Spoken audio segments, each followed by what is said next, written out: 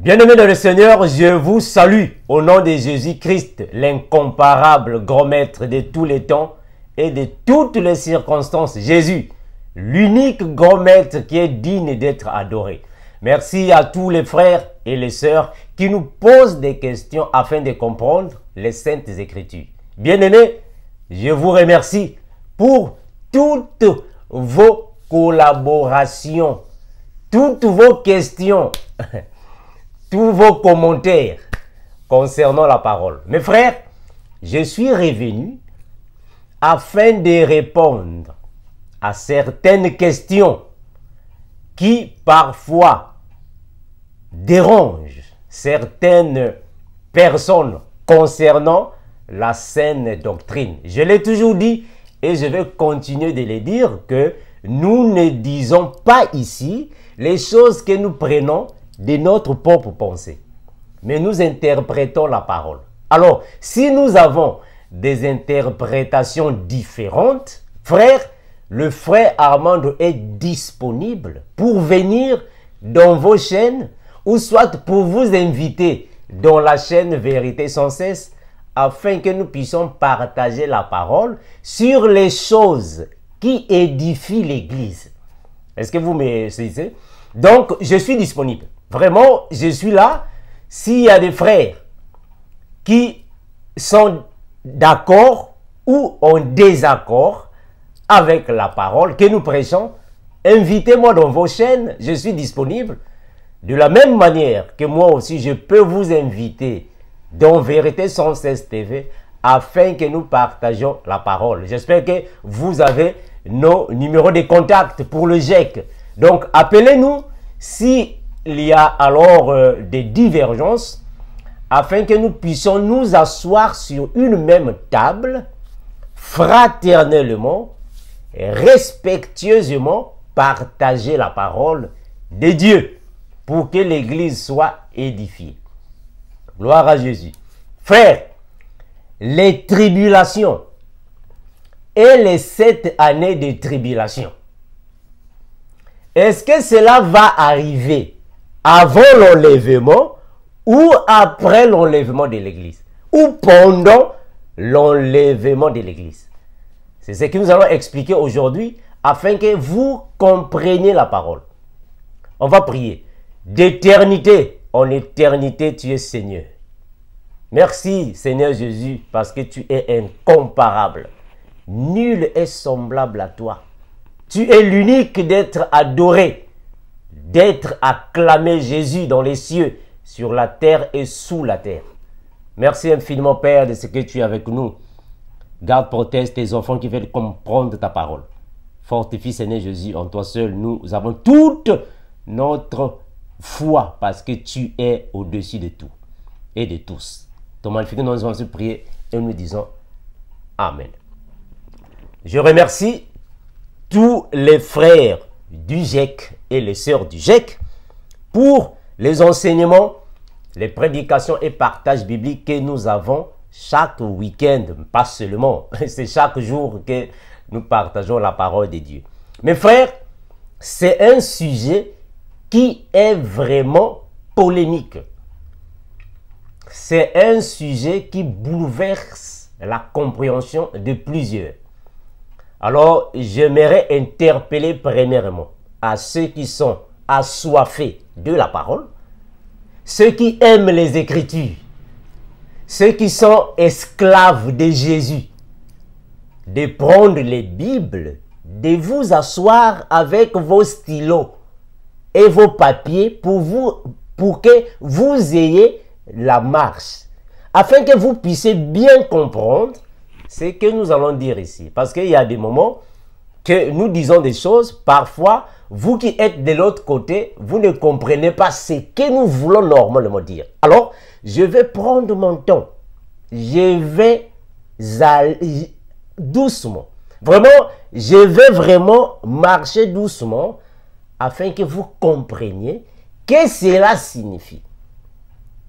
Est-ce que les tribulations et les 7 années de tribulation et la grande tribulation viendront avant ou après l'enlèvement. Et que signifient les tribulations? Et que signifie les 7 années de tribulation et la grande tribulation? C'est très important à connaître. Mes frères, j'aimerais que vous puissiez être concentrés sur ce que je vais dire ici.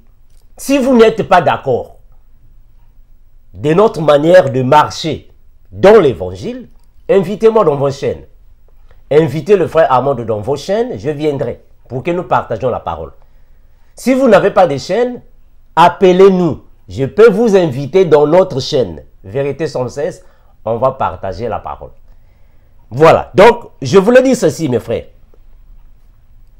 Les tribulations, selon la parole, signifient tout simplement les douleurs, les souffrances, les persécutions.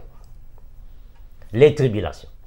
Maintenant, les 7 années de tribulation, c'est le parcours du règne de l'homme impie.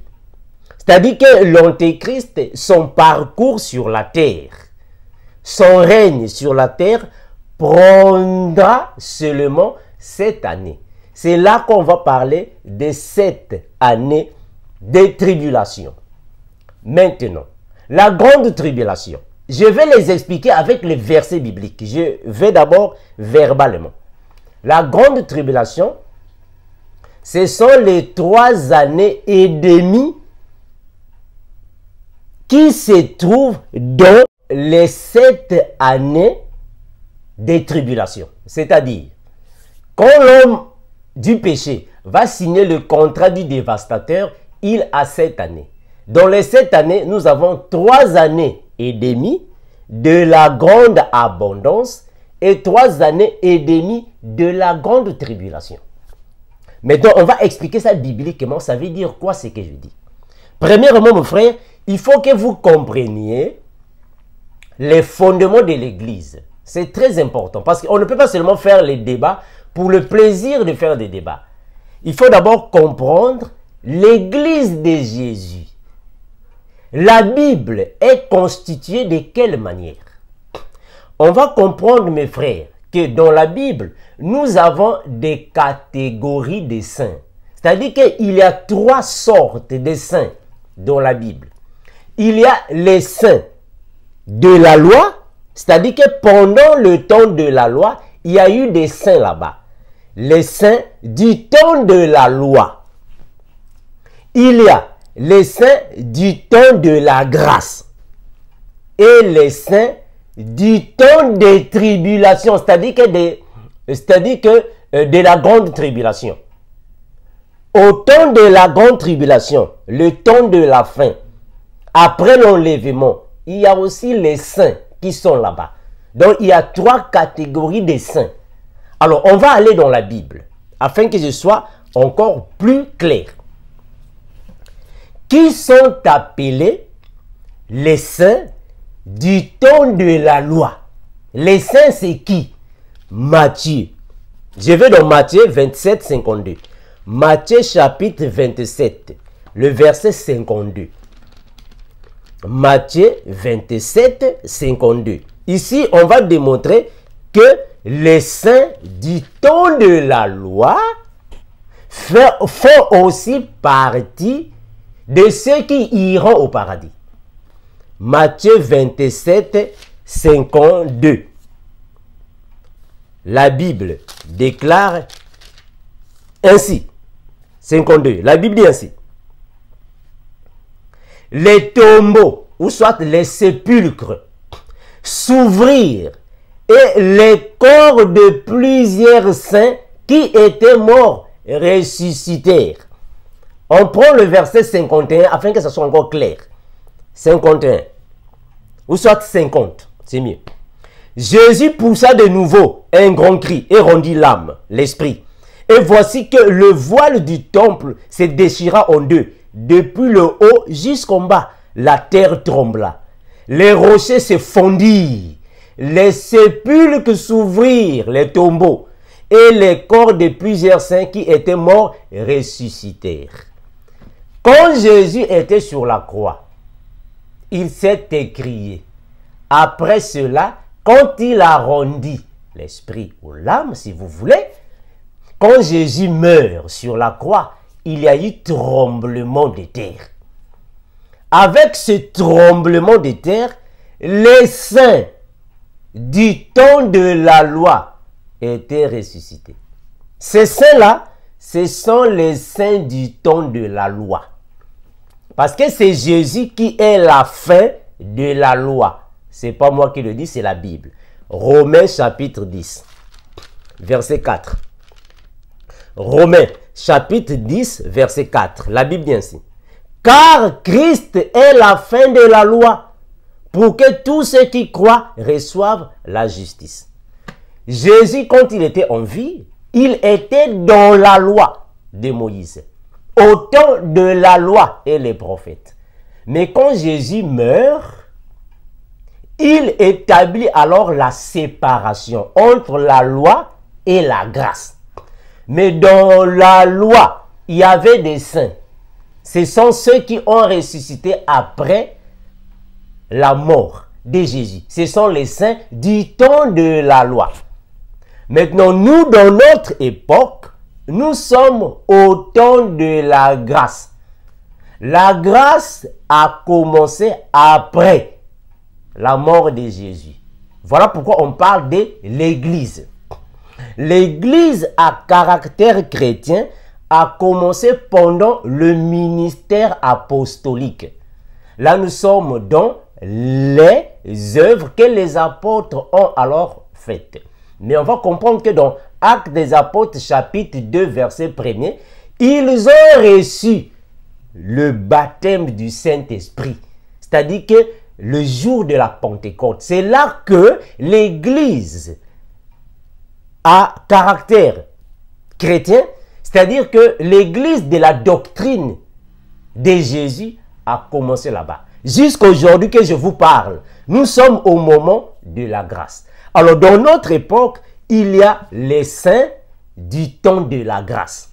Qui le dit? C'est la parole. Hein? Voilà. Jean 14, hein? Jean 14, 2 et 3. On va prendre Jean 14, 2, 3. D'ailleurs, il faut que j'aille doucement pour ne pas encore créer des confusions. Il faut que j'aille doucement. Je ne dois pas trop monter. Je dois aller doucement.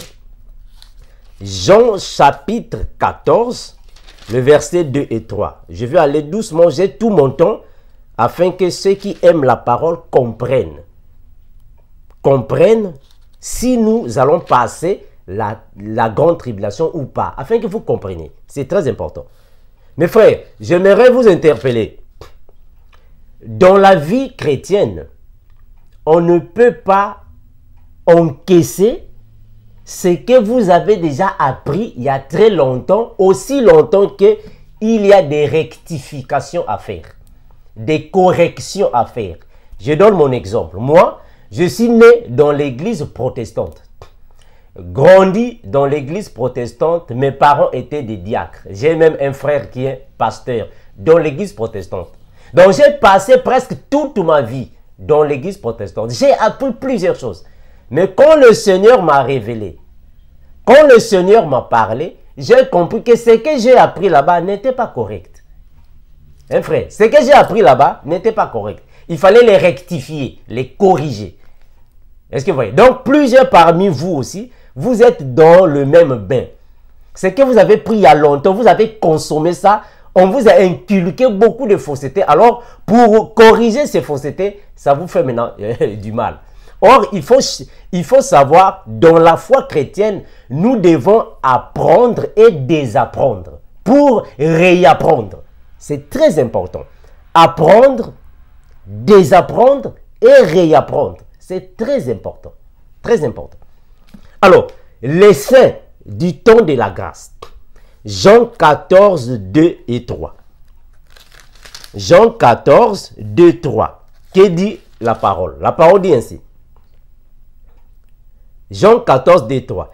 Il y a beaucoup de demeures dans la maison de mon Père.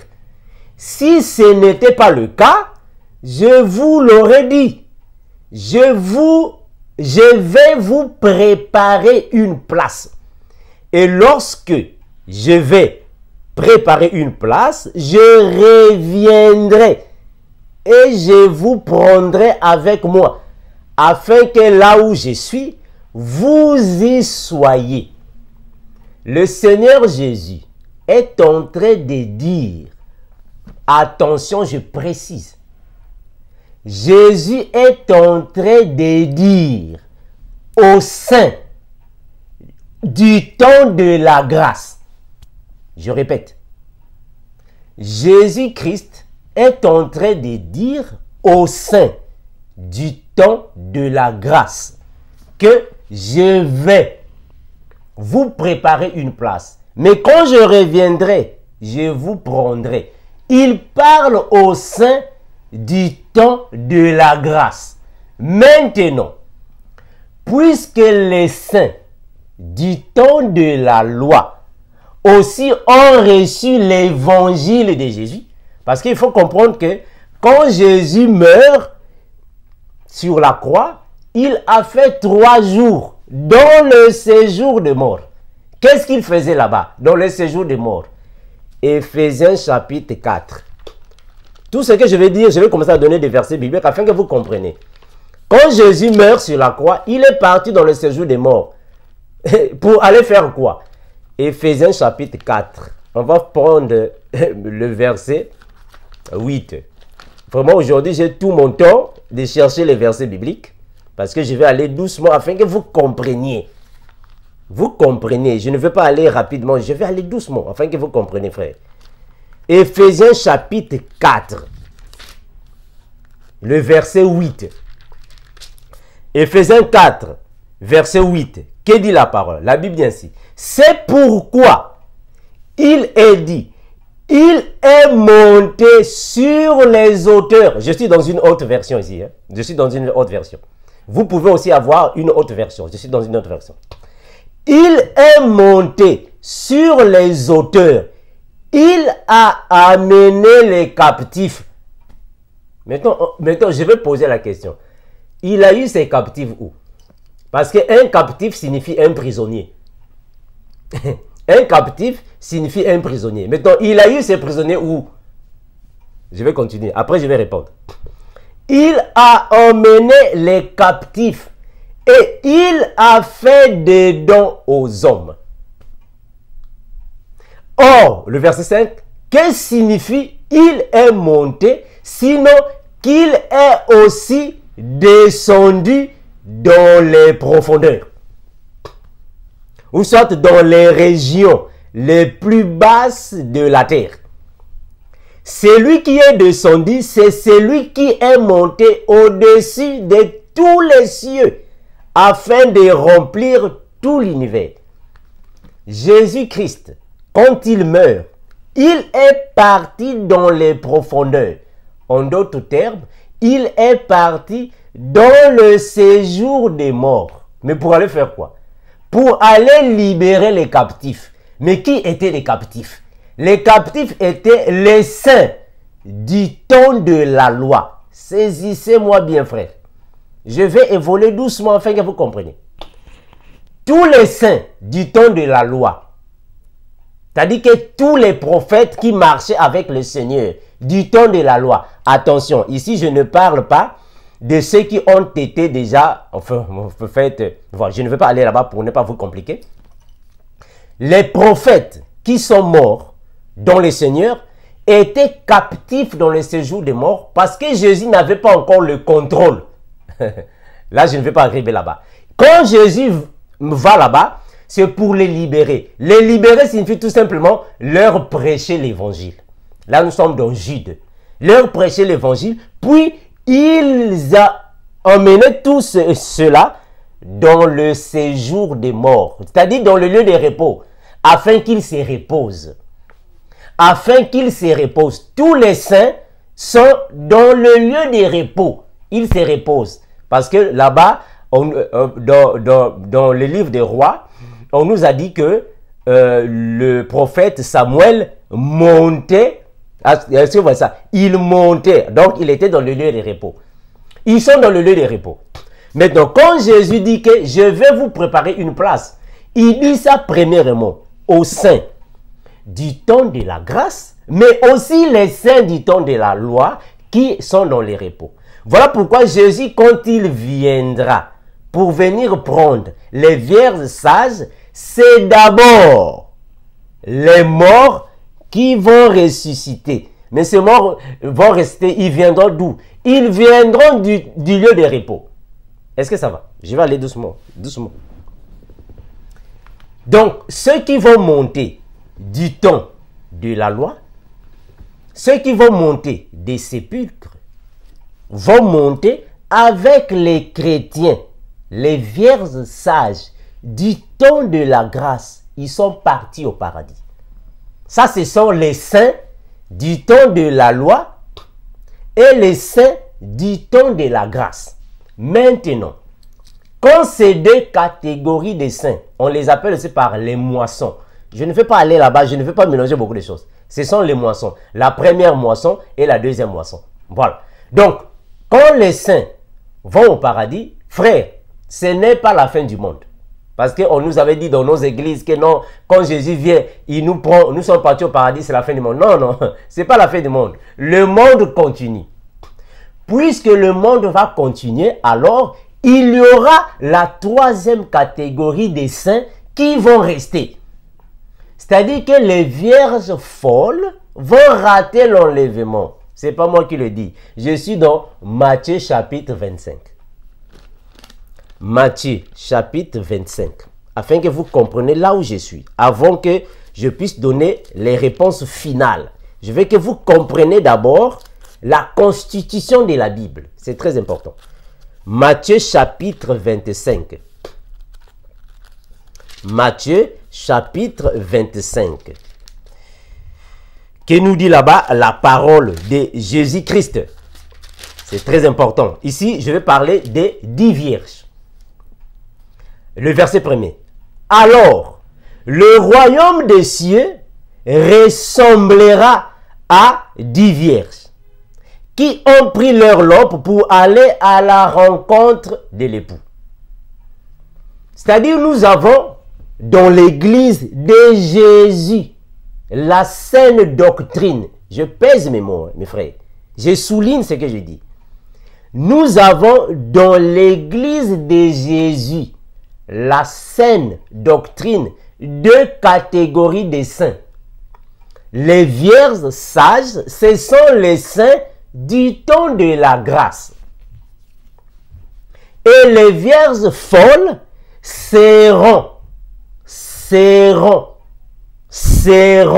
les saints du temps de la grande tribulation.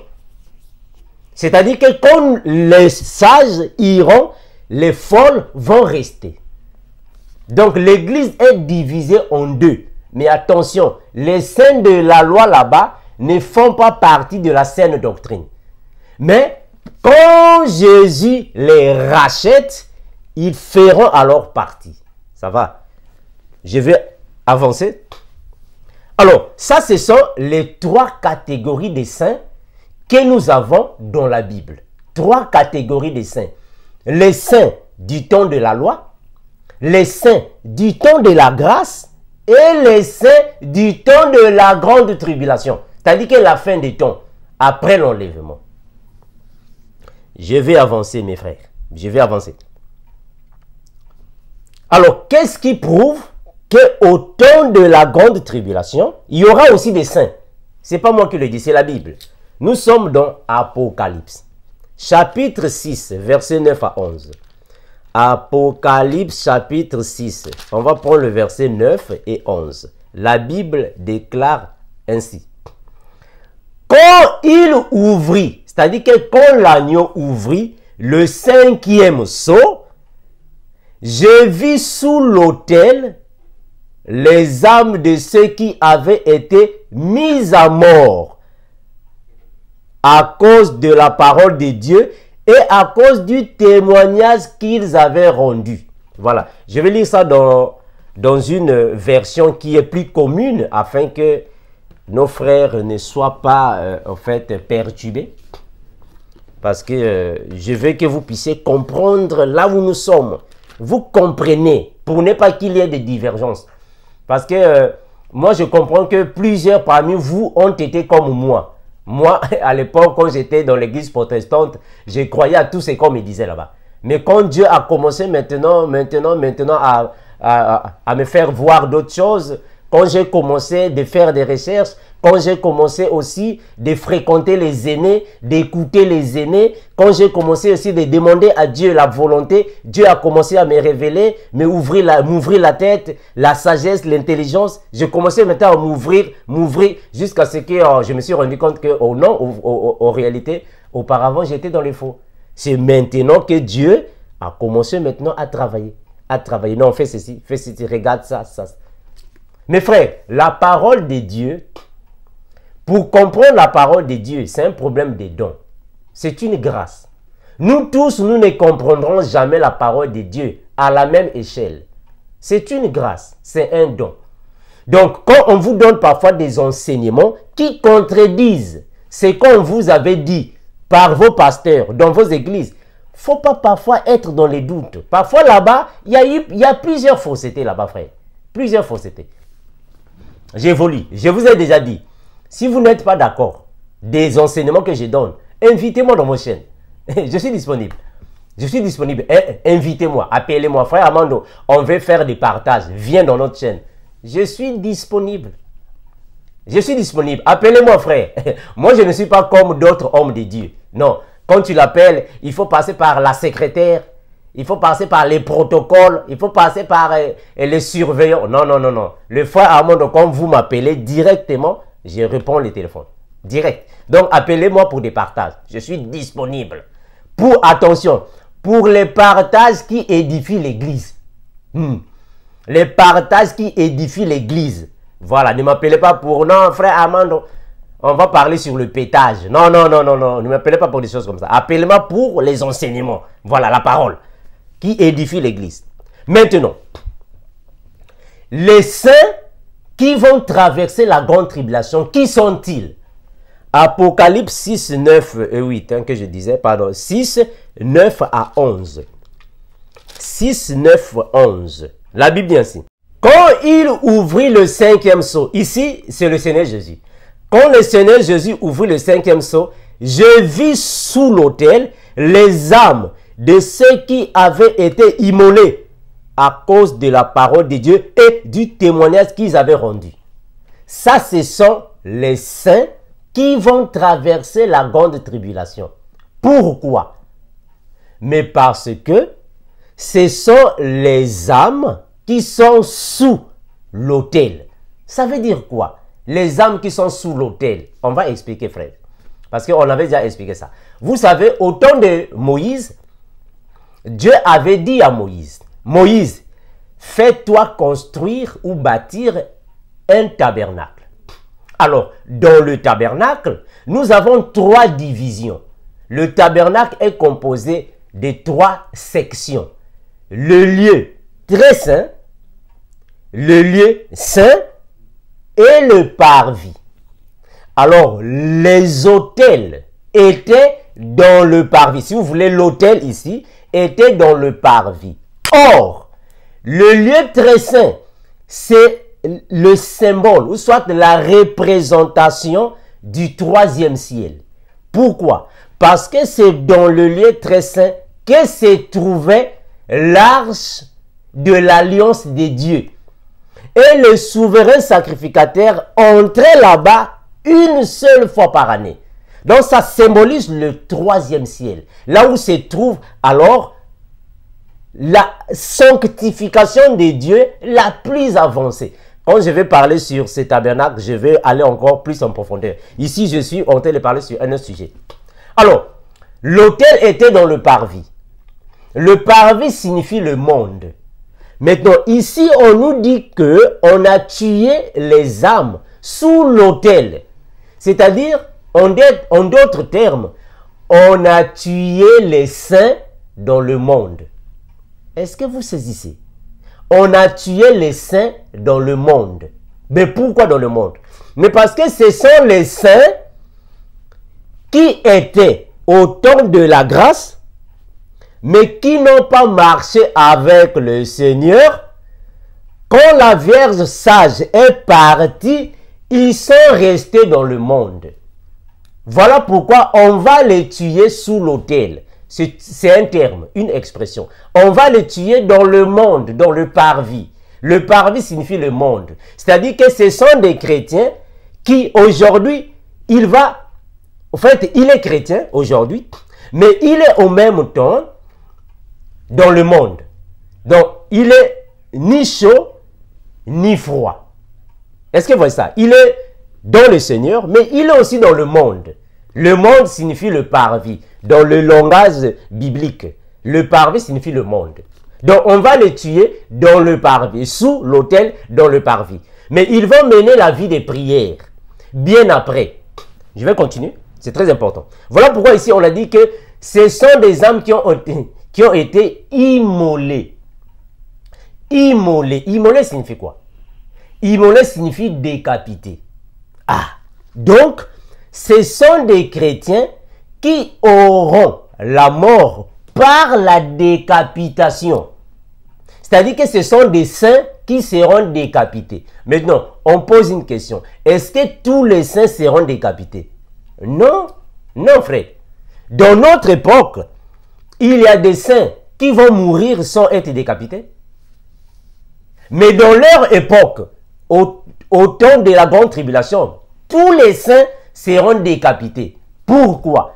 Mais parce que la marque de la bête va régner dans la grande tribulation.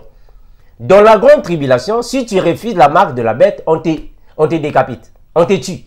Dans la grande tribulation. Donc, ici, ce sont les saints qui vont traverser la période de la marque de la bête. Voilà pourquoi ils seront décapités. Et ils sont appelés les martyrs. C'est eux qui sont les saints du temps de la fin. C'est-à-dire que du temps, attention à la compréhension. Nous sommes au temps de la fin, attention. Nous sommes au temps de la fin, mais nous sommes pendant les tribulations. Mais au temps de la fin, de la grande tribulation, ça sera l'augmentation des tribulations. Les tribulations vont augmenter. Je vais démonter ça dans les versets bibliques. Je vais arriver là-bas. Je ne vais pas vous précipiter pour ne pas créer encore des confusions. Alors, je continue le verset 10.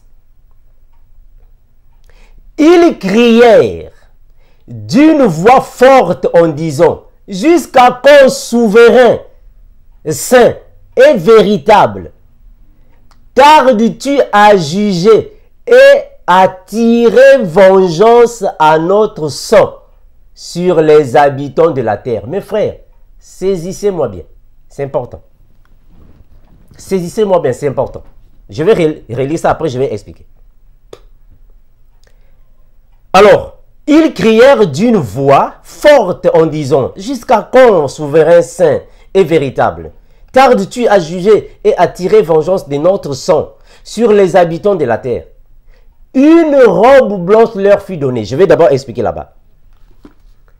Au temps de la grande tribulation, c'est-à-dire que pendant la grande tribulation, pendant l'imposition de la marque de la bête, on va tuer ceux qui vont refuser, les saints, les martyrs. Alors leurs âmes vont crier vengeance au souverain sacrificateur, le véritable qui est Jésus. Pour venir faire quoi? Pour venir leur venger. Pour venir leur venger. Retenez ça, c'est important. Retenez ça, c'est important. Les saints du temps de la loi, Jésus est parti dans les profondeurs pour leur libérer. Libérer. Les saints du temps de la grâce, nous qui sommes dans la grâce, Jésus viendra pour nous prendre et nous amener dans le paradis. J'ai lu les versets. Mais les saints de ce temps ici, de la grande tribulation, Jésus viendra pour leur venger. C'est différent. Nous ne sommes pas pareils. Là-bas, c'est pour la délivrance. Nous, c'est pour nous prendre pour l'enlèvement.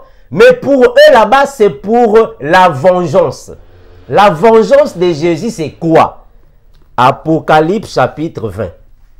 Parce que je vais donner des versets bibliques, je vais aller bibliquement afin que vous ne puissiez pas être dans, en fait, dans les perturbations. Apocalypse chapitre 20. Qu'est-ce qu'on nous dit là-bas dans la parole? Apocalypse chapitre 20. Je vais lire le premier verset. On dit ceci. Puis je vis descendre du ciel un ange qui avait la clé de l'abîme et une grande chaîne dans sa main. Il saisit le dragon, le serpent ancien, qui est le diable et Satan, et le lia pour 1000 ans. Il le jeta dans l'abîme, ferma et scella, puis ferma et scella l'entrée au-dessus de lui, afin qu'il ne séduisit plus les nations. Jusqu'à ce que les 1000 ans furent accomplis. Après cela, il faut qu'il soit délié pour un peu de temps. Mes frères, les saints qui vont traverser la grande tribulation, ils vont réclamer la vengeance. Jésus viendra pour leur venger, mais ils n'iront pas au paradis. Est-ce que vous me cessez? Jésus ne reviendra pas pour les prendre. Non, non, non, non. C'est pour les venger. La vengeance, là, c'est ça qu'on appelle par la guerre d'Armageddon. C'est là-bas. Les saints de la troisième catégorie, la troisième mention, si vous voulez, n'iront pas au paradis. Est-ce que vous voyez ça? Je vais continuer afin que je répare là où j'étais pour que vous compreniez. Je vais aller petit à petit afin que vous compreniez pourquoi nous disons ces choses. C'est très important.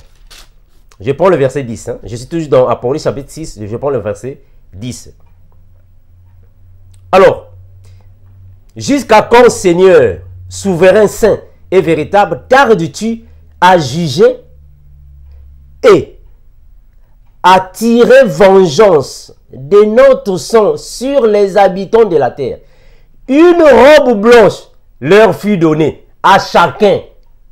Une robe blanche leur fut donnée à chacun. 2. Et il leur dit de se tenir au repos.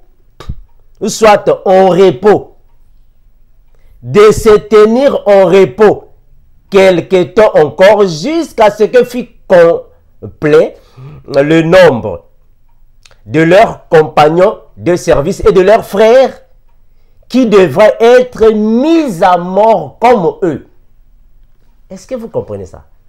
C'est-à-dire que quand l'enlèvement de l'Église aura lieu, nous sommes partis. Les saints de la première moisson, la deuxième moisson, c'est-à-dire que les saints du temps de la loi et les saints du temps de la grâce sont partis. Ceux qui vont rester, on va les tuer, on va les décapiter. Ce sont les martyrs. Ils vont réclamer vengeance. Jésus viendra pour les venger. Mais entre-temps, pendant que le diable, par le faux prophète, sera ici en train de tuer leurs compagnons de service et leurs frères, on leur dira de se tenir d'abord en repos. C'est-à-dire, ils seront dans le lieu des repos. Ils n'iront pas au paradis.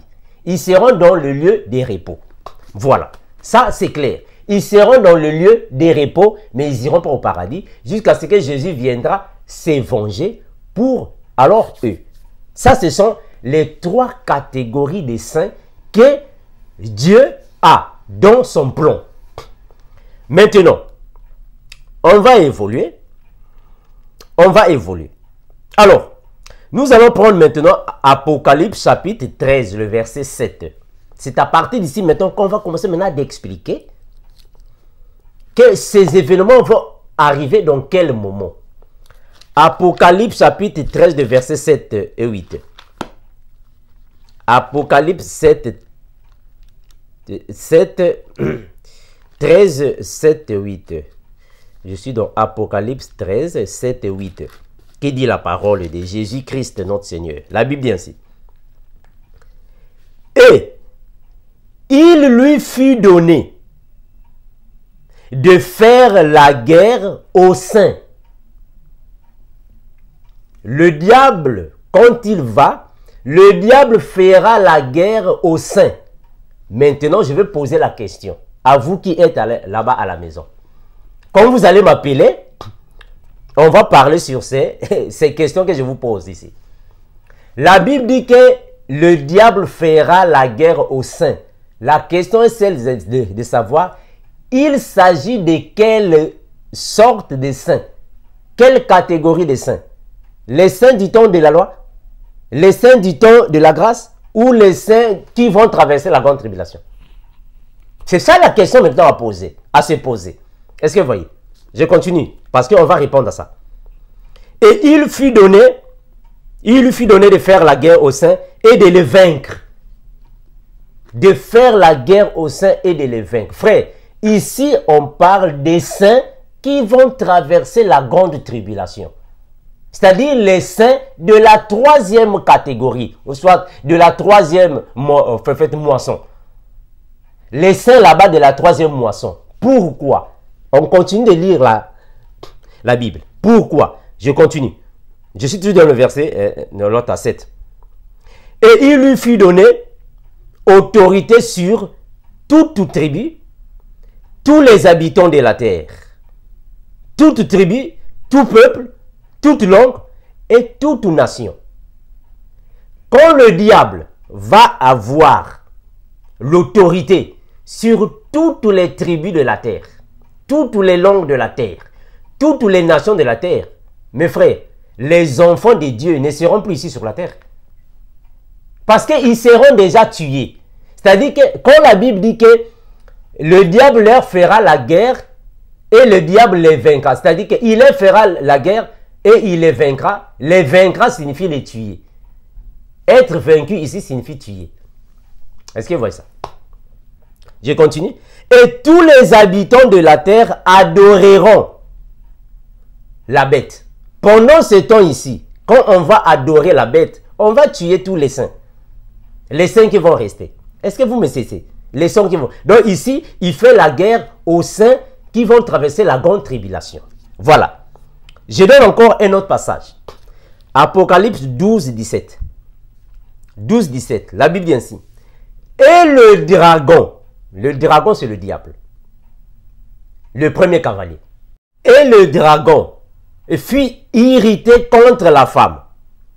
Et il s'en alla faire la guerre au reste de sa postérité, à ceux qui gardent les commandements de Dieu et qui ont le témoignage de Jésus-Christ. Mes bien-aimés, quand le diable va faire la guerre à la femme, malheureusement, il ne fera pas la guerre à la femme. Il sera irrité contre la femme. Mais quand il va s'approcher pour attaquer la femme, l'enfant que la femme mettra au monde ira au paradis. Donc, il ne va plus attaquer la femme parce que Dieu va protéger la femme. Qu'est-ce qu'il fera?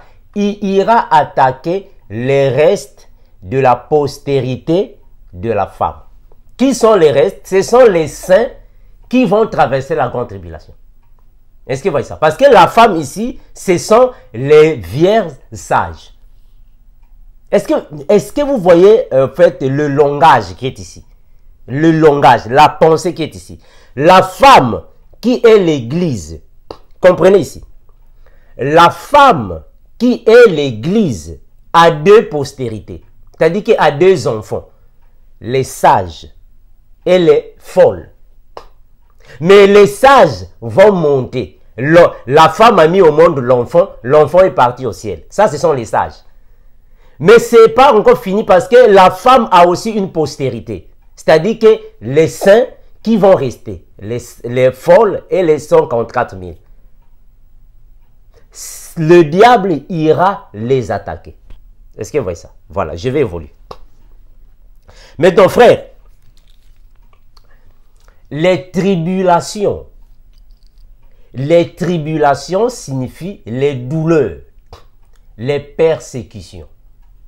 Les douleurs, les persécutions. Tous les saints vont traverser les persécutions. Les saints du temps de la loi ont traversé les persécutions. On connaît ça. Parce qu'on connaît, les saints ont été persécutés, non? On a même vu au temps de la reine Jézabel, elle a tué plusieurs prophètes. Ça, ce sont les persécutions, non? Les tribulations. Est-ce que ça va? Le prophète Élie avait pris la fuite dans le désert. Pas seulement ça, plusieurs. Les saints du temps de la loi ont passé les tribulations, les persécutions. Les saints de notre époque aussi vont passer les tribulations. Parce que le Seigneur Jésus l'a dit. Et les saints de la troisième partie aussi vont passer aussi les tribulations. Est-ce que vous voyez ça? Mais cela ne signifie pas les 7 années de tribulation. Ça, c'est différent. Est-ce que vous voyez ça? C'est différent. On va prendre un passage biblique. Prenons Matthieu. Matthieu chapitre 24, 3 à 9. Matthieu 24, 3 à 9. Matthieu 24, 3 à 9. La Bible déclare ainsi. Matthieu 24, 3, 9. La Bible dit ainsi. Il s'assit, le Seigneur Jésus. Le Seigneur Jésus s'assit sur la montagne des Oliviers. Et les disciples vinrent, et en particulier, lui faire cette question. Dis-nous, quand cela arrivera-t-il? Et quel sera le signe de ton avènement et de la fin du monde? Les disciples ont demandé à Jésus, Seigneur, quel sera le signe de ton avènement et de la fin du monde? Jésus répond, prenez garde que personne ne vous séduise, car plusieurs viendront en mon nom, disons, c'est moi qui suis le Messie ou le Christ. Et ils séduiront plusieurs, beaucoup de gens. Vous entendrez parler de guerres et de bruits de guerre. Les tribulations sont ici. Donc, les saints de la grâce, c'est-à-dire les saints du temps de la grâce, vont traverser les tribulations. Les tribulations sont ici. Ça va? Vous entendrez parler des guerres et des bruits de guerre. Gardez-vous d'être troublés, car il faut que ces choses arrivent. Mais ce ne sera pas encore la fin. Une nation s'élèvera contre une autre et un royaume contre un autre. Et il y aura en divers lieux des famines, des tremblements de terre. Tout cela sera que le commencement des douleurs. Retenez ça. Le commencement des douleurs. C'est-à-dire que nous, les vierges sages, nous allons traverser les tribulations. Parce que tribulation signifie persécution, les souffrances, les douleurs. Nous allons traverser ça. Mais sauf que les tribulations que les vierges sages nous allons traverser, ce n'est que le commencement des douleurs. Quand nous irons au paradis, ces douleurs-là vont augmenter. Quand les douleurs augmentent, c'est ça qu'on appelle la grande tribulation. Est-ce que vous saisissez? La grande tribulation, c'est l'augmentation des douleurs. Là-bas, nous ne serons pas. Parce que nous sommes partis. Est-ce que vous voyez ça? Je vais continuer. Alors, je vais prendre le verset 37, si vous voulez. Ou soit, on va continuer pour que ça soit encore clair. Le verset 9. Le verset 9, je suis toujours dans le chapitre 24. Alors, on vous livrera au tourment. On vous livrera au tourment. Les tourments signifient quoi? Mais les tourments, ce sont les tribulations. Les tourments signifient les souffrances, les douleurs, les persécutions. Ce sont les tribulations. Est-ce que vous voyez ça? On vous livrera au tourment. Et l'on vous fera mourir. Donc, on vous tuera. Mais attention, on n'a pas dit ici qu'on vous décapite. Non, on ne va pas vous décapiter. Ici, ce n'est pas décapiter ici. On va vous tuer. Est-ce que vous voyez ça? Mais il se peut que aussi certains parmi nous soient décapités, comme le saint Étienne. On l'avait lapidé. Il était lapidé. Est-ce que vous voyez ça? Plusieurs sont lapidés, plusieurs sont décapités, plusieurs sont tués. Mais c'est différent avec les saints du temps de la grande tribulation. Eux là-bas, ils seront immolés, décapités. Est-ce que vous voyez ça? Ça aussi, ce sont les tribulations que nous allons passer. Les tribulations. Il vous fera mourir et vous serez haïs de toutes les nations à cause de mon nom. Alors aussi plusieurs succomberont et ils trahiront et se trahiront les uns les autres. Plusieurs faux prophètes s'élèveront et ils séduiront beaucoup de gens. Est-ce que vous voyez ça? L'iniquité sera accrue. Vous pouvez continuer de lire. Ça, ce sont les tribulations que l'Église, attention, l'Église, les vierges sages et les folles vont traverser. Attention, les vierges folles, ce sont ceux qui vont traverser la grande tribulation. Mais ici, c'est l'Église d'une manière générale. Est-ce que vous voyez ça? L'Église. On va prendre le verset 36. Rappelez-vous, mes bien-aimés, que dans ce chapitre, le Seigneur Jésus répond à la question des apôtres. Parce que les apôtres ont posé à Jésus cette question. Il est tenté de répondre par rapport à son avènement et la fin du monde. Je prends le verset 36 et 37. Pour ce qui est du jour et de l'heure, personne ne le sait, ni les anges des cieux, mais le Père seul.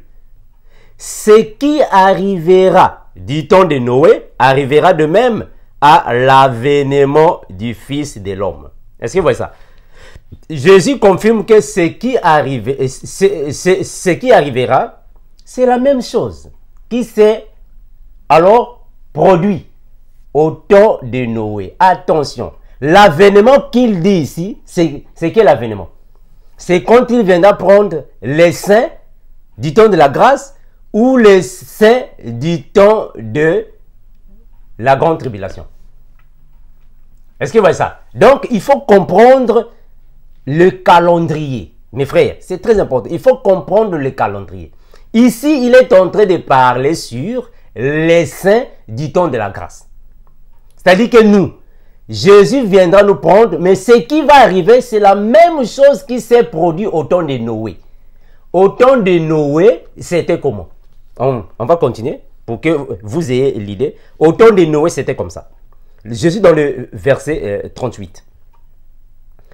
Car dans les jours qui précédèrent le déluge, les hommes mangeaient et buvaient, se mariaient et mariaient leurs enfants jusqu'au jour où Noé entra dans l'arche. Jusqu'au jour où Noé entra dans l'arche, accompagné. Entra dans l'arche et ils ne se détournèrent de rien jusqu'à ce que le déluge vint et les emporta tous. Il en sera de même à l'avènement du Fils de l'homme. Jésus est en train de dire ici que au temps de Noé, il a traversé les tribulations. Noé a traversé les tribulations, les dégâts, les blasphèmes. Tout ce que faisaient les habitants de son époque. Noé voyait ça, tout ce qui se passait. C'était des tribulations pour Noé. Mais qu'est-ce que Dieu a dit? Noé, va dans l'arche. Quand Noé a fait l'arche, il est monté, il est parti. C'est alors que le déluge est venu. Ah, donc nous comprenons que nous aussi, l'Église, Jésus nous compare à Noé et l'arche de Noé. Pendant que nous sommes encore ici, nous vivons les tribulations. Mais nous devons alors traverser ces tribulations avant qu'il ne vienne. Quand il vient, c'est alors que nous irons dans l'arche. Nous sommes partis. Ceux qui vont rester, qui vont traverser alors le déluge. Le déluge ici signifie la colère de Dieu. La grande tribulation. Nous ne serons pas ici, frère. Nous ne serons pas ici. Quand je dis nous, je fais allusion à qui? Nous qui? Nous, les vierges sages.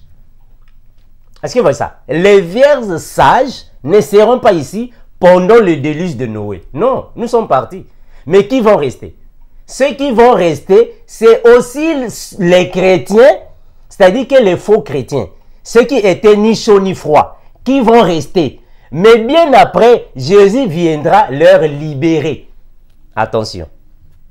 Est-ce que vous voyez ça?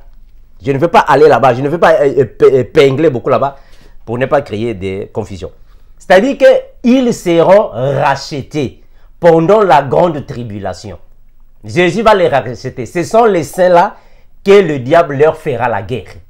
Ceux qui vont rester après les déluges de Noé. les déluges de Noé. C'est clair, mes frères.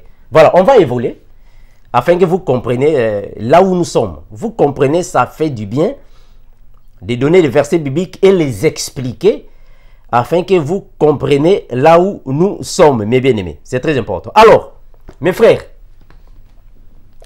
il faut comprendre une chose, mes frères, que les tribulations, c'est pour tous les saints. Mais sauf que les saints sont divisés en 3 parties, en 3 sections, soit en 3 moissons. Pour nous, les saints qui traversons les tribulations pendant la grâce, Jésus l'avait déjà prédit. Nous sommes dans la Bible, Jean 16, 33. Jean chapitre 16, le verset 33. Qu'est-ce que Jésus a dit pour nous? Pour nous. Jean 16, 33. On va voir ça, ça va nous aider. Jean chapitre 16, le verset 33. La Bible déclare ainsi. Je vous ai dit ces choses afin que vous ayez la paix en moi. Vous aurez des tribulations dans le monde. Mais prenez courage. J'ai vaincu le monde. Qu'est-ce qu'il veut dire, c'est Jésus? Vous aurez des tribulations dans le monde, mais prenez courage. J'ai vaincu le monde. Il s'adresse à qui? Ici, il s'adresse aux saints du temps de la grâce. Que nous aurons des tribulations, mais on doit prendre courage afin que nous puissions les vaincre. Comme lui, il a vaincu le monde. En d'autres termes, il a traversé toutes les tribulations avec foi. Est-ce que vous voyez ça? Donc, il s'adresse ici aux saints du temps de la grâce, que nous allons aussi traverser les tribulations. Mais nous n'allons pas traverser les 7 années de tribulation. C'est différent, ce n'est pas la même chose. C'est différent, frère. Alors, prenons Apocalypse 2, 22. On va comprendre la grande tribulation. La grande tribulation qu'on parle ici. Apocalypse 2, 22. Apocalypse 2, 22. Je prends des versets aussi de l'Apocalypse afin que vous n'ayez pas de complications pour les traduire. Apocalypse 2, 22. La Bible dit quoi? La Bible déclare ainsi. Apocalypse chapitre 2, le verset 22. La Bible parle aussi de la grande tribulation. La Bible dit ainsi. Je vais la jeter sur un lit et envoyer une grande tribulation à ceux qui commettent l'adultère avec elle, à moins qu'ils ne se répandent de leurs œuvres. Est-ce que vous voyez? C'est-à-dire que la grande tribulation, c'est pour ceux qui vont désobéir à la parole. C'est pour ceux qui vont désobéir au commandement de Jésus. Ils vont traverser la grande tribulation. C'est-à-dire que ça n'a rien à voir avec les saints du temps de la grâce. Parce que les saints du temps de la grâce, ce sont les vierges sages. Les vierges sages, ce sont ceux qui ont leur robe blanche. Mais les saints du temps de la grande tribulation, ce sont ceux qui vont traverser la période de persécution par la marque de la bête et qui recevront la robe après. Après. Est-ce que vous voyez ça? La Bible est claire, mes frères. C'est clair. Je vais jeter la grande tribulation à ceux qui commettent l'adultère. Donc la grande tribulation n'est pas à nous. Non, c'est pas à nous. C'est à ceux qui commettent l'adultère. C'est-à-dire que ceux qui sont dans le péché. Est-ce que vous voyez ça? C'est un langage. Ici, c'est un langage. À ceux qui commettent l'adultère avec elle. Elle qui? Elle qui? Ici, elle, c'est qui? Avec elle, ici, on avait déjà expliqué beaucoup de versets bibliques. On avait déjà dit que Babylone la Grande signifiait tout simplement l'Église catholique, c'est-à-dire une fausse croyance. À ceux qui commettent l'adultère ici, signifie tout simplement à tous ceux qui ne vont pas mettre en pratique la parole de Dieu, mais vont se détourner de la justice. ils vont commettre l'adultère avec Babylone la grande, la femme impudique, c'est-à-dire que la mauvaise doctrine, les mauvais enseignements. Est-ce que vous comprenez? Ici, on parle de l'adultère spirituel. Ce n'est pas de l'adultère physique, l'adultère spirituel. C'est-à-dire c'est détourné de la parole. C'est détourné de la parole. C'est à eux que Dieu enverra la grande tribulation. À ceux qui vont désobéir, mais pas aux vierges sages du temps de la grâce, non. Non. Voilà, je vais encore prendre d'autres versets bibliques, afin que ça soit encore clair pour mes frères. Donc, nous aussi, nous allons traverser les tribulations, mais pas la grande tribulation. Parce que, mes frères, retenons une chose, que la grande tribulation a une signification, bibliquement parlant. La grande tribulation, bibliquement parlant, signifie quoi? Parce que beaucoup de gens disent, la grande tribulation, nous sommes déjà dans la grande tribulation. Mais la grande tribulation signifie quoi? Hein, frère, c'est important, hein? C'est très important. Beaucoup de gens ne connaissent pas ce que signifie la grande tribulation. Mais la grande tribulation, en réalité, signifie Apocalypse chapitre 6, verset 16. C'est ça la grande tribulation. On va lire ça. Apocalypse, je vais chercher ce verset. Apocalypse chapitre 6, le verset 16. Que dit la parole? C'est ça la grande tribulation. La grande tribulation signifie Apocalypse 6, 16. La Bible déclare ainsi, je vais chercher ce verset, donnez-moi juste un peu de temps. Apocalypse chapitre 6, le verset 16. C'est ça la grande tribulation. Apocalypse 6, le verset 16. La Bible déclare ainsi.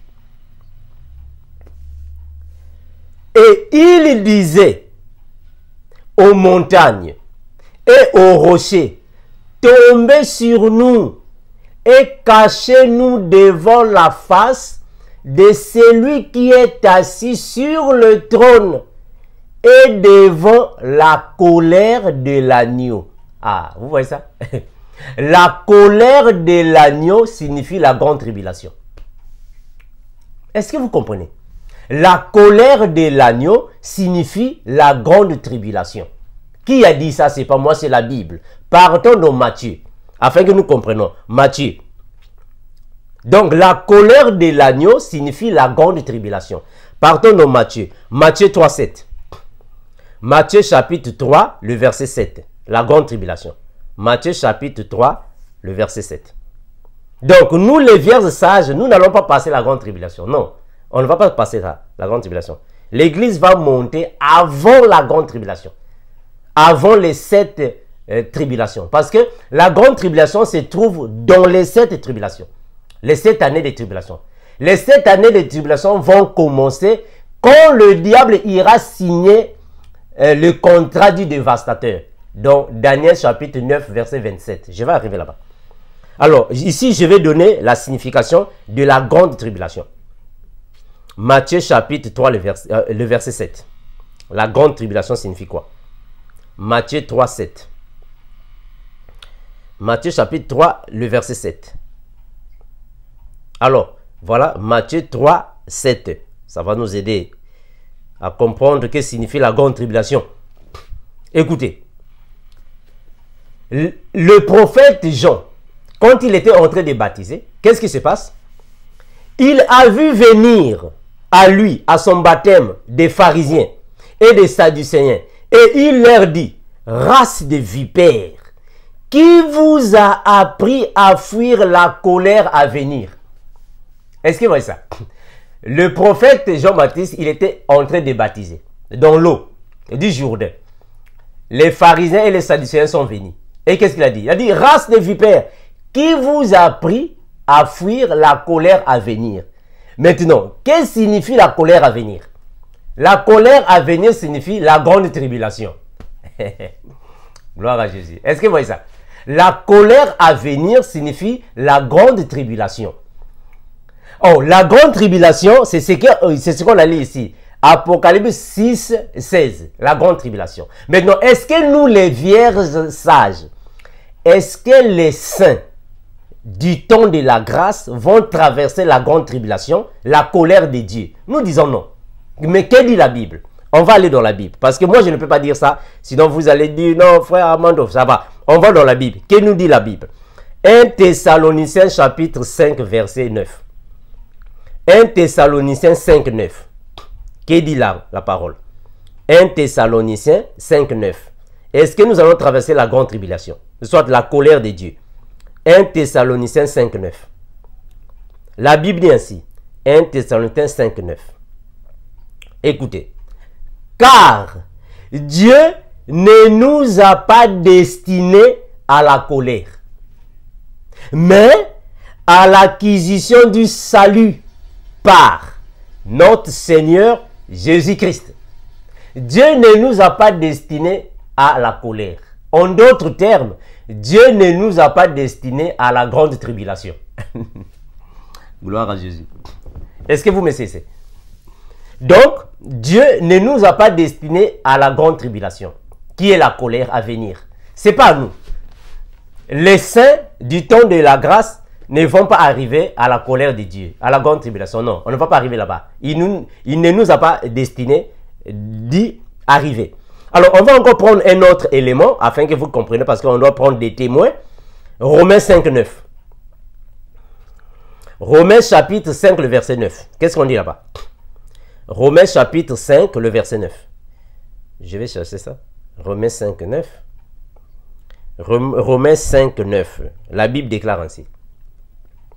Romains 5, 9. La Bible déclare ainsi. À plus forte raison, donc, maintenant, que nous sommes justifiés par le sang de Jésus. Le sang de Jésus, serons-nous sauvés par lui de la colère? Est-ce que vous voyez ça? Nous serons sauvés de la colère de Jésus. En d'autres termes, nous serons sauvés de la grande tribulation. Donc, nous n'allons pas passer la grande tribulation. Quand je dis nous, je fais allusion au sein du temps de la grâce. Or, le sein du temps de la grâce signifie l'église de la partie des saints, des justifiés, des sanctifiés. Voilà pourquoi, mes bien-aimés, nous disons que l'église ne va pas traverser la grande tribulation. Mais attention, attention, il faut faire attention avec ce terme-là. Il faut faire très attention avec ce terme. Quand nous disons que l'église ne va pas traverser les 7 années de tribulation, attention, on veut tout simplement dire que les saints du temps de la grâce, c'est-à-dire que les vierges sages ne vont pas traverser les 7 années de tribulation. Mais alors, il y a aussi des saints qui vont traverser la grande tribulation. Les saints là, ce sont les vierges folles. Mais quand nous comprenons la parole, nous allons comprendre aussi que les saints là-bas et les 144 000, et aussi, ils forment aussi l'église. Attention à la mauvaise interprétation. Si je suis en train de souligner ces mots, c'est parce qu'il y a plusieurs frères qui sont encore dans la confusion de ces termes que nous utilisons. Les 144 000 signifient aussi l'église. Les vierges folles signifient aussi l'église. Parce que Jésus va les envoyer dans le lieu de repos. Ils iront là-bas reposer, se reposer. Or, avant d'aller se reposer, il faut seulement être une épouse de Jésus. Est-ce que vous voyez ça? Il faut seulement être une épouse de Jésus. Il forme aussi l'église de Jésus. Mais attention, quand nous disons que l'église ne va pas traverser, on fait allusion à la Vierge sage qui ne va pas traverser la grande tribulation. Est-ce que vous voyez ça? La Vierge sage, l'église ne va pas traverser la grande tribulation. Parce que ce sont les saints du temps de la grâce. Ne comparez pas avec les saints du temps de la tribulation là-bas. C'est différent. Ne comparez pas les choses. Alors, on va encore prendre un autre passage biblique afin que ça nous aide. Prenons Ésaïe 26, 20. Ésaïe chapitre 26, le verset 20. Ésaïe 26, 20. Nous sommes en train de démontrer que les saints du temps de la grâce ne vont pas traverser la grande tribulation. C'est la même chose qui s'est passée au temps de Lot, mes bien-aimés. Au temps de Lot. Comment est-ce que c'était? Sodome et Gomorrhe. C'était comment? Lot a traversé les tribulations dans Sodome et Gomorrhe, non? On a vu ça dans la Bible. Lot, quand il était dans ces pays, ces villes, il a traversé les tribulations. C'est que faisaient les habitants de Sodome et Gomorrhe. Lot a traversé ça, c'était des tribulations. Mais la colère de Dieu ne peut jamais se manifester pendant que Lot est dans Sodome et Gomorrhe. Mes frères, mais ça n'a pas de sens. Non. Dieu doit d'abord enlever Lot et sa famille, bien que sa femme avait faussé après. Mais Dieu doit d'abord enlever Lot. Après, la colère de Dieu va s'enflammer contre Sodome et Gomorrhe. Mais ça, c'est ça, la colère de Dieu contre Sodome et Gomorrhe. Mais c'est ça la grande tribulation. Est-ce que vous comprenez? C'est ça la grande tribulation, mes frères. Quand Abraham, quand il était en train d'intercéder pour Lot, intercéder signifie tout simplement demander la faveur de Dieu pour quelqu'un. Gloire à Jésus. C'est ça, intercéder. C'est fini. Est-ce que vous voyez ça? Intercéder signifie demander la faveur de Dieu pour un frère. Donc, Abraham était en train de demander la faveur de Dieu. Mais est-ce que pour Lot, donc il était en train d'intercéder. Donc, Abraham symbolise tous les prophètes du temps de la loi. Est-ce que vous voyez? Donc, Abraham est la présentation de tous les saints du temps de la loi. Il les symbolise. Et Lot symbolise ou représente tous les saints du temps de la grâce. Et tous ceux qui vont mourir dans Sodome et Gomorrhe par la colère symbolisent tous les habitants de la terre. Parce que la colère de Dieu sur Sodome et Gomorrhe symbolise ou représente la grande tribulation. Hein, frère? Donc, Abraham ne peut pas passer Sodome et Gomorrhe. Mon frère, mais non, comment est-ce qu'Abraham va passer Sodome et Gomorrhe? Abraham ne peut jamais passer la colère de Sodome et Gomorrhe. Non. Lot ne peut jamais passer la colère de Sodome et Gomorrhe. Ça n'a pas de sens, mes bien-aimés. Non. Abraham doit être à l'extérieur, loin. Lot doit sortir. C'est nous l'église, nous sommes Lot. On doit sortir, frère. Est-ce que vous voyez ça? On doit sortir. Donc, je vais encore prendre Ésaïe, pour revenir sur ce que je disais. Ésaïe 26, 20. Ésaïe chapitre 26, de verset 20. Que dit la parole? Ésaïe 26, 20. La Bible déclare ainsi. Va, mon peuple, entre dans ta chambre et ferme la porte derrière toi. Cache-toi pour quelques instants jusqu'à ce que ma colère soit passée. En d'autres termes, va te cacher, mon épouse, l'église, les sages, les saints, du temps de la grâce. Partez vous cacher. Partez vous cacher, les saints du temps de la loi. Cachez-vous jusqu'à ce que la grande tribulation va passer. Eh mes frères, c'est facile à comprendre, frère.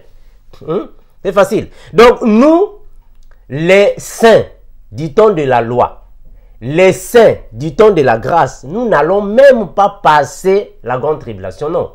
Ce sont les saints qui vont rester, qui vont traverser la marque de la bête. Ce sont aussi des saints. Ceux qui vont refuser la marque de la bête à cause du sang de Jésus, à cause du témoignage de Jésus. Ils vont refuser la marque de la bête. Et Jésus alors va les donner une robe blanche. Il va les tenir en repos. Ce sont les saints, les martyrs. C'est eux qui vont traverser la grande tribulation. Ça va mes frères? Je vous ai déjà dit, nous sommes ici. S'il y a des doutes, s'il y a des divergences, appelez-nous. On peut venir dans vos chaînes. Le frère Armando est mobile. Appelez-moi, invitez-moi. Je peux venir dans vos chaînes. On va partager la parole. Si vous n'avez pas de chaîne, appelez-nous. On va vous inviter dans Vérité sans cesse. On est disponible. On est libre et on est ouvert. Voilà, comme on dit en anglais. We are open. On est ouvert pour vous recevoir. Voilà. On va encore aller plus loin encore. On va prendre Apocalypse chapitre 7, le verset 13 et 14, afin que vous compreniez quels sont, ou soit qui sont les saints qui seront vaincus par la bête. Apocalypse 7, 13, 14. Apocalypse 7, 13, 14. Apocalypse chapitre 7, le verset 13 et 14. On va déjà finir. Mais je vais d'abord aussi parler sur les trompettes, parce que les trompettes causent beaucoup de confusion. On va parler. Apocalypse 7, 13, 14. Et l'un des vieillards prit la parole et me dit, ici c'est Jean. L'un des vieillards est en train de parler avec l'apôtre Jean. Ceux qui sont revêtus des robes blanches, mais qui sont-ils? Et d'où viennent-ils? L'apôtre Jean, quand il est parti dans le 3e ciel, il a eu une vision. Il a eu une vision. Il a eu une vision. Frère, si je répète ça parce que il faut comprendre que tout ce que Jean a reçu dans le ciel ne se passe pas dans le ciel. Attention, je répète.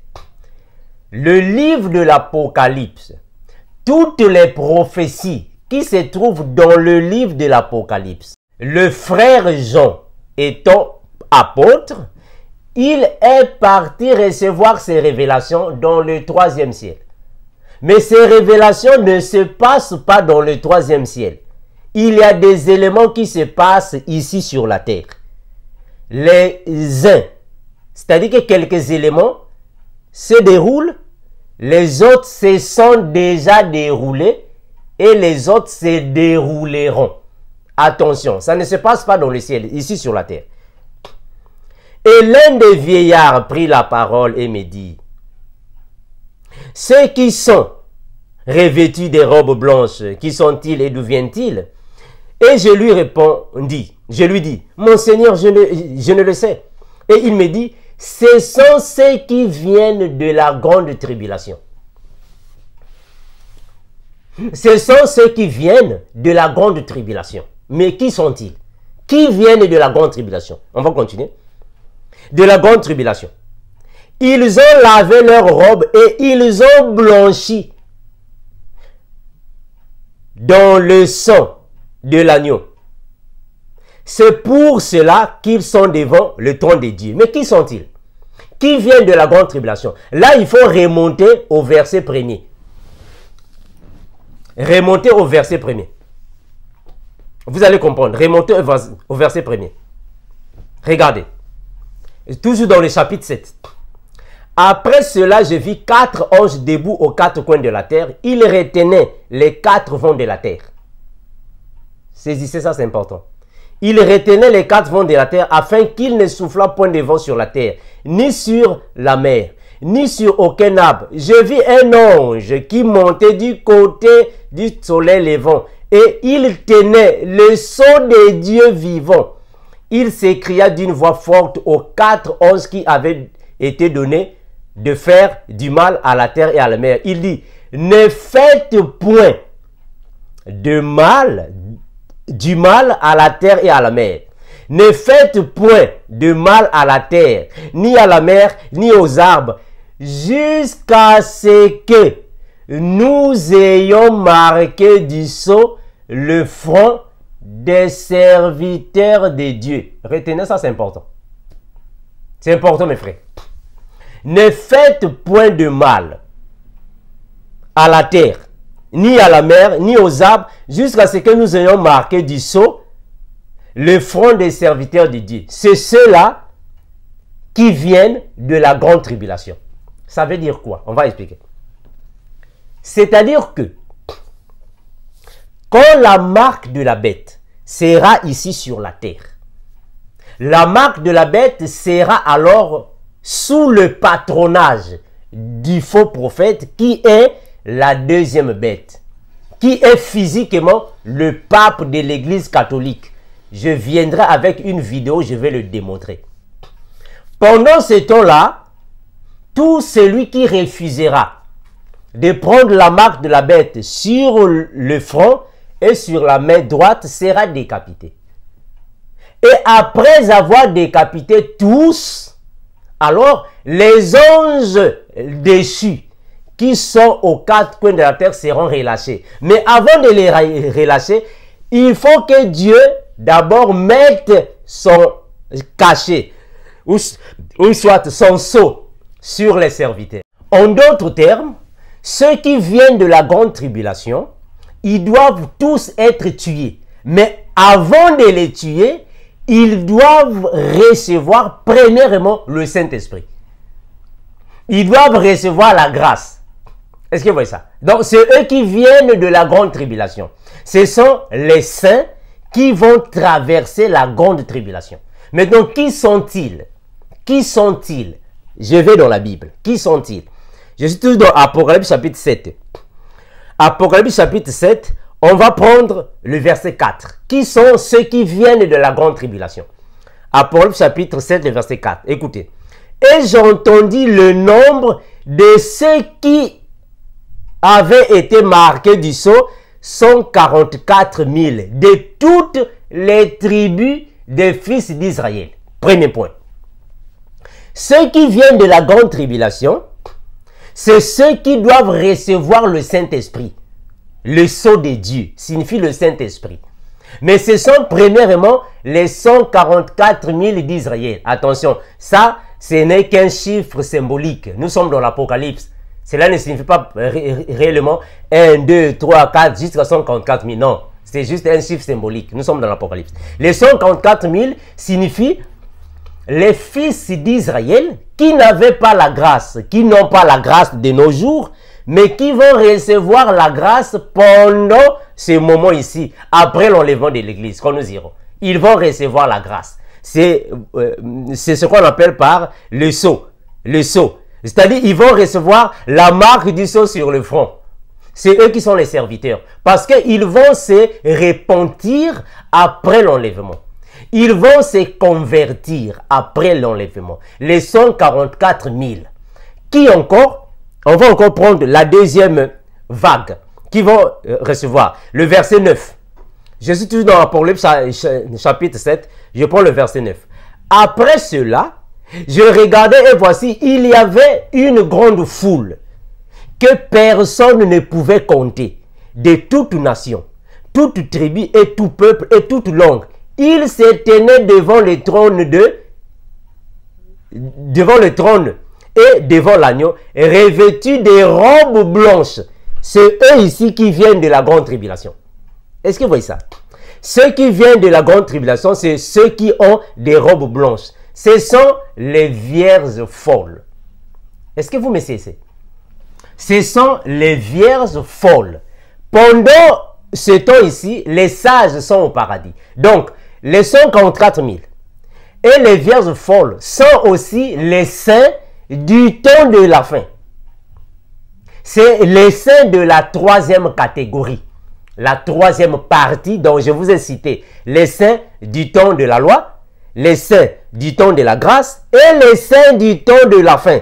Ce sont les 144 000 et aussi la grande foule, les vierges folles. C'est eux qui viendront alors de la grande tribulation.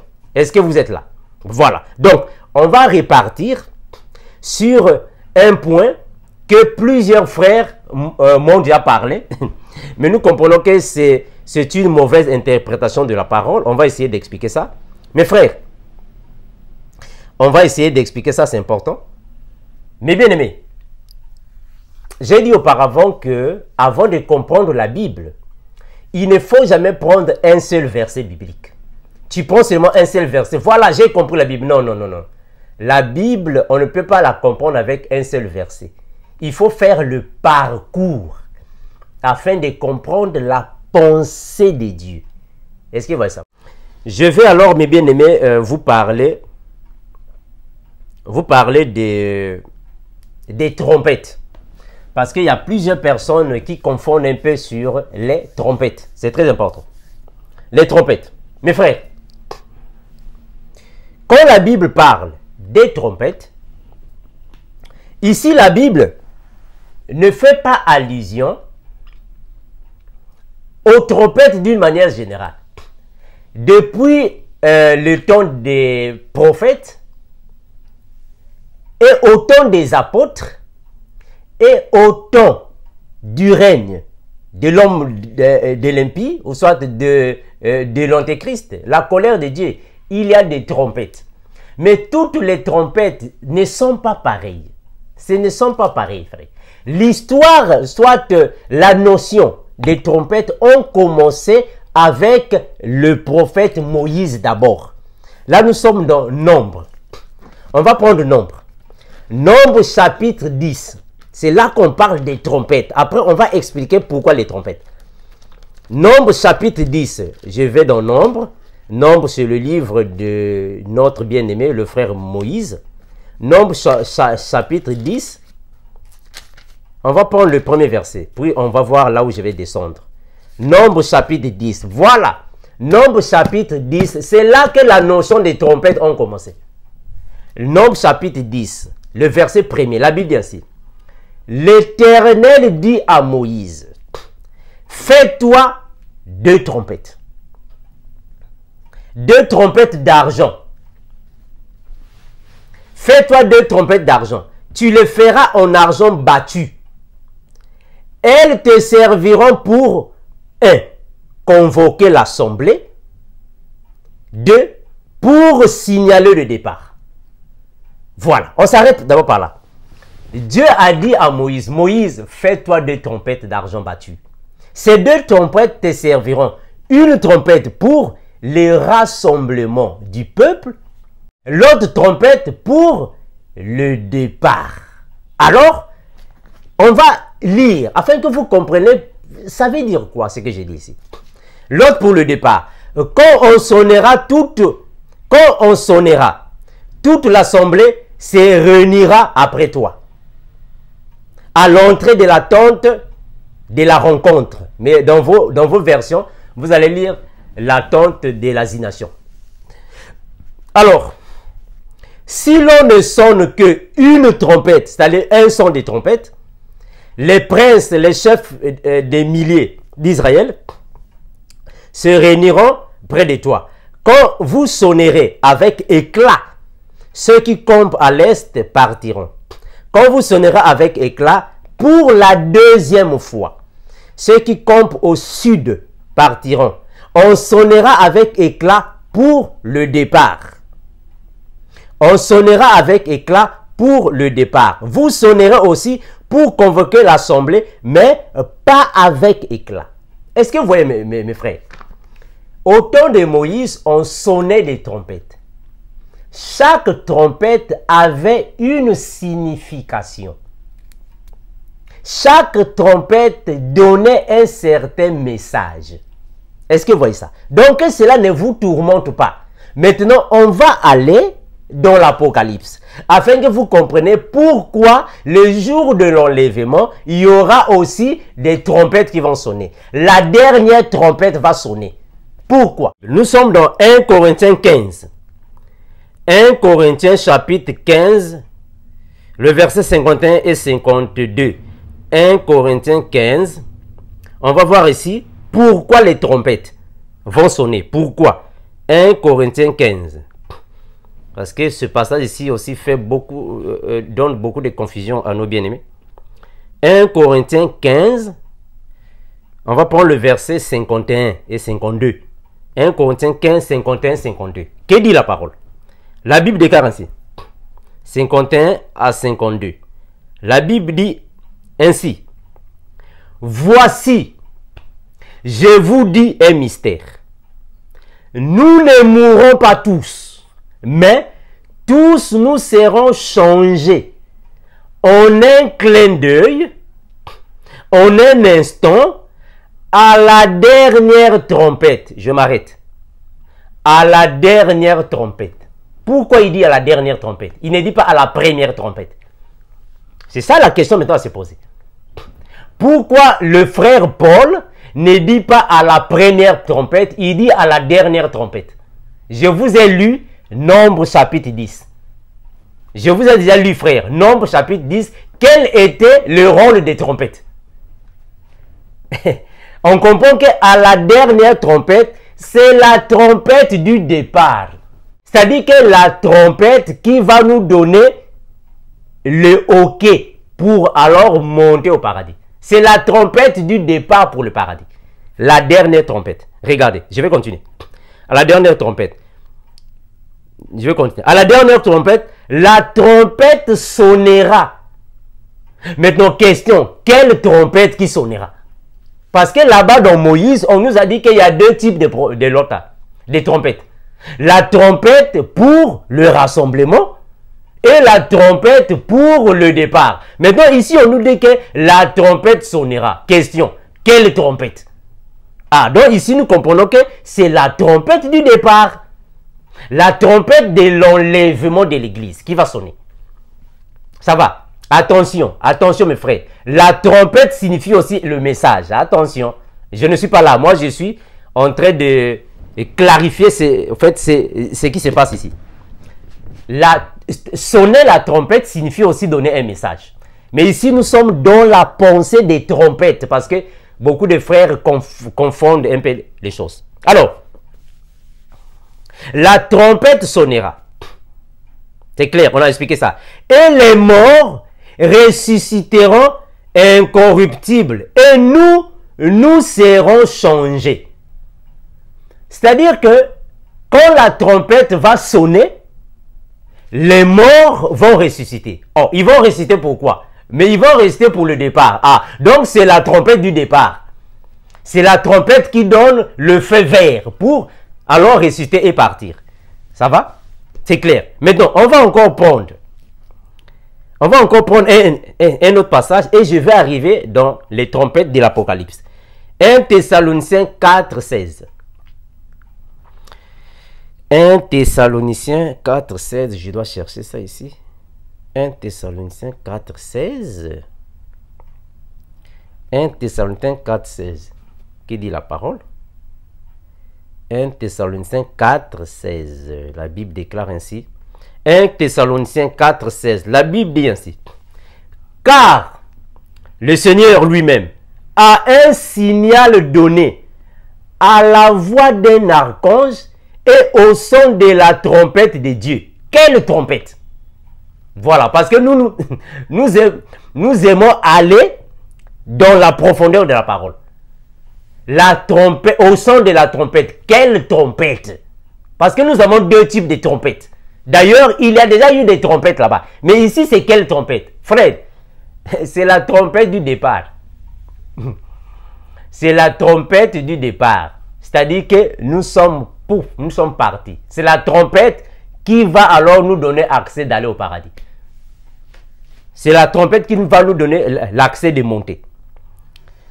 Alors, au son de la trompette de Dieu, descendra du ciel et les morts en Christ ressusciteront premièrement. Ensuite, nous les vivants qui seront restés, nous serons tous enlevés. Or, enlever signifie le départ. Est-ce que nous sommes ensemble? Enlever signifie partir. Ah, donc la trompette qui va sonner ici, c'est la trompette de l'enlèvement. En d'autres termes, la trompette du départ. En d'autres termes, la trompette qui va donner le feu vert afin de monter au paradis. Ah, donc ici, c'est la trompette du départ. C'est clair. C'est la trompette du départ. Est-ce que vous voyez ça? C'est la trompette du départ. Seront restés, nous serons tous ensemble enlevés avec eux dans les airs à la rencontre du Seigneur dans les airs. Et ainsi, nous serons tous avec le Seigneur. Donc, ça va nous rassembler et nous sommes partis à l'enlèvement. Est-ce que vous voyez? Donc, ici, on fait allusion aux trompettes qui vont alors sonner quand nous serons prêts à monter dans le ciel. Ça va nous rassembler et nous sommes partis au Seigneur, dans le paradis. Maintenant, plusieurs personnes disent que non, frère Armando, ici, on nous parle de la dernière trompette, c'est la 7e trompette de l'Apocalypse. Mais ça, c'est faux, frère. Ça, ce ne sont pas les trompettes de l'Apocalypse. Non, frère. Non, c'est pas ça. Ça, ce ne sont pas les trompettes de l'Apocalypse. C'est pas ça. Dans Apocalypse, les trompettes viendront pour faire quoi? Les trompettes de l'Apocalypse viendront pour faire quoi? Apocalypse chapitre 8. Apocalypse chapitre 8. Apocalypse chapitre 8. On va prendre le verset 1er et 2. Apocalypse 8, 1, 2. La Bible déclare ainsi. Quand l'agneau ouvrit le 7e sceau, quand l'agneau ouvrit le 7e sceau, je m'arrête par là. Nous, l'Église, les vierges sages, nous sommes ici pendant le premier, le deuxième, le troisième et le 4e sceau. C'est fini. Le 5e sceau, ce sont les martyrs. Nous, l'Église, les vierges sages, on n'est pas ici. En d'autres termes, le 5e sceau, c'est pour les vierges folles et les 144 000. Les vierges sages ne seront pas ici. Nous sommes au paradis. Est-ce que vous voyez ça? Parce que nous allons traverser les tribulations des 4 premiers sceaux. Le Seigneur Jésus a dit ça. Quand vous entendrez les guerres et les bruits des guerres, Matthieu chapitre 24, une nation s'élèvera contre une autre. Un royaume attaquera. Ça, ce sont les tribulations des sceaux. Mais pendant le 5e sceau, quand on va décapiter, nous ne sommes pas ici, on est au paradis. Ça va? Maintenant, ici, c'est le 7e sceau. On n'est pas ici, on est au ciel. Quand il ouvrit le 7e sceau, il y eut dans le ciel un silence d'environ d'une demi-heure. C'est-à-dire qu'ici sur la terre, il n'y a plus des enfants de Dieu parce que là-bas, il y aura un silence. Nous sommes tous tués, au fait, nous sommes tous montés. Les sages sont montés, attention. Les sages sont montés, les folles sont tous tués. Est-ce que vous voyez ça? Donc, il n'y a plus de prière. C'est-à-dire, quand nous prenons ça par rapport au temps de Moïse, on va voir que l'encens ne monte plus. L'encens ne monte plus. C'est-à-dire que la prière des saints ne monte plus. Selon Hébreu, la prière des saints ne monte plus. Et je vis les 7 anges qui se tiennent devant Dieu, et 7 trompettes leur fut données. Voilà, 7 trompettes leur fut données. Ce sont les 7 anges qui vont sonner les trompettes. Attention, frère. La dernière trompette des Thessaloniciens là-bas, c'est la trompette du départ. La dernière trompette, la trompette du départ. Mais les trompettes de l'Apocalypse, ce sont les trompettes de la colère de Dieu. C'est différent, ce n'est pas la même chose. Ce sont les trompettes de la colère de Dieu. Ce n'est pas la même chose. Ici, Dieu va frapper la terre. Dieu va frapper la terre. Est-ce que vous voyez ça? Ici, Dieu va frapper la terre. C'est différent. Ce n'est pas la même chose. Dieu, ici, il va frapper la terre. Donc, ça n'a rien à voir avec la 7e trompette de l'Apocalypse. Non, la 7e trompette de l'Apocalypse, c'est autre chose. On va lire ça, frère, afin que vous compreniez.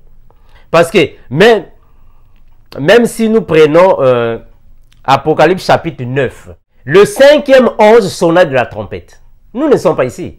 Le 5e ange sonna de la trompette. J'ai vu une étoile qui était tombée du ciel sur la terre. La clé du puits de l'abîme lui fut donnée.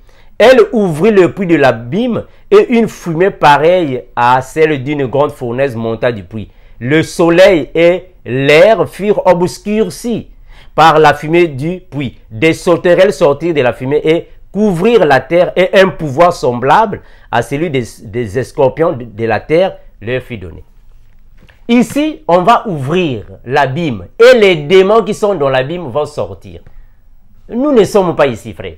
On n'est pas ici. On est au paradis. Nous ne sommes pas ici. Nous ne sommes pas ici. On est au paradis. Pendant ce temps ici, l'église ne sera pas ici. Parce que, écoutez, prenons le verset 11. Apocalypse chapitre 9, le verset 11. On dit ainsi.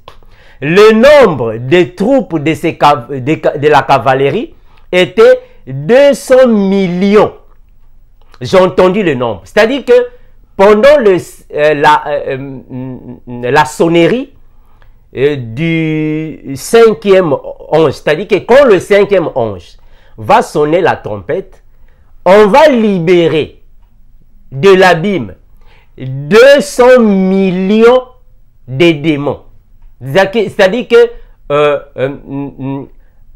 200 millions de mauvais esprits qui vont s'échapper de l'abîme pour venir dans le monde. Mais nous ne serons pas ici, frère. Nous sommes au paradis. Ça va, frère? Nous sommes au paradis. Vous pouvez lire tous les chapitres, bien que je viendrai pour décortiquer ça. Nous ne serons pas ici. Ici, on parle des trois, c'est-à-dire les trois malheurs. Quand l'Apocalypse parle des 7 trompettes, on parle des 3 malheurs de l'Apocalypse. Les vierges sages ne sont pas ici. Nous ne sommes pas ici. Ça va, mes frères? Nous ne sommes pas ici. La 7e trompette de l'Apocalypse est dans l'Apocalypse chapitre 11. Apocalypse chapitre 11, 15 et 19. Apocalypse chapitre 11, le verset 15 et 19. Qui dit la parole? La parole dit ainsi. Le 7e ange sonna de la trompette. Ça, c'est la 7e trompette. La dernière trompette de l'Apocalypse est différente avec la dernière trompette du départ pour l'enlèvement. Ce n'est pas la même chose. C'est différent, ce n'est pas la même chose. La 7e trompette sonnera et des voix fortes retentirent dans le ciel. Elles dirent, le royaume du monde est remis à notre Seigneur et à son Messie, et il régnera au siècle des siècles. Les 24 anciens qui étaient assis devant Dieu sur leur trône se prosternèrent, le visage contre terre, et ils adoraient Dieu, en disant, nous te remercions Seigneur Dieu Tout-Puissant, toi qui étais et qui est, et parce que tu as exercé ta grande puissance en établissant ton règne. Les nations se sont irritées, mais ta colère aussi est venue. Voici le moment de juger les morts, de récompenser les serviteurs et les prophètes, les saints et ceux qui craignent ton nom, petits et grands, et de détruire ceux qui détruisent la terre. Est-ce que vous voyez ça? C'est ça la différence, frère. Donc, il y a une différence là-bas, mes bien-aimés. Vraiment, il y a une différence. La 7e trompette de l'Apocalypse, c'est la 7e trompette qui va sonner. Alors, frère, différente avec la trompette pour l'enlèvement. Non, les 7 trompettes de l'Apocalypse sont là pour les malheurs de la terre, la colère de Dieu. C'est à la 7e trompette que alors le Seigneur Jésus fera son apparition pour la guerre d'Armageddon. C'est là qu'il va maintenant recevoir le règne de 1000 années. C'est différent avec la trompette de l'autre du départ. C'est différent. Voilà mes frères, je m'arrête par ici. Nous sommes ici, comme nous disons toujours. Appelez-nous s'il y a des débats à faire afin que nous comprenions la parole de Dieu. C'est très important. Afin que vous compreniez que nous l'église, attention, nous l'église, les vierges sages, nous n'allons pas traverser la grande tribulation. Ce sont plutôt les saints qui vont traverser la marque de la bête, la grande tribulation, qui vont traverser les 7 années de tribulation. C'est différent. Nous sommes dans les tribulations, mais nous ne sommes pas dans les 7 années de tribulation. Parce que les 7 années de tribulation vont commencer quand l'homme du péché ira signer le contrat du dévastateur. Pendant ce temps, nous sommes au paradis. Merci mes frères. Que Dieu vous bénisse, comme nous disons toujours. Maranatha. Le Seigneur Jésus revient bientôt. Bye.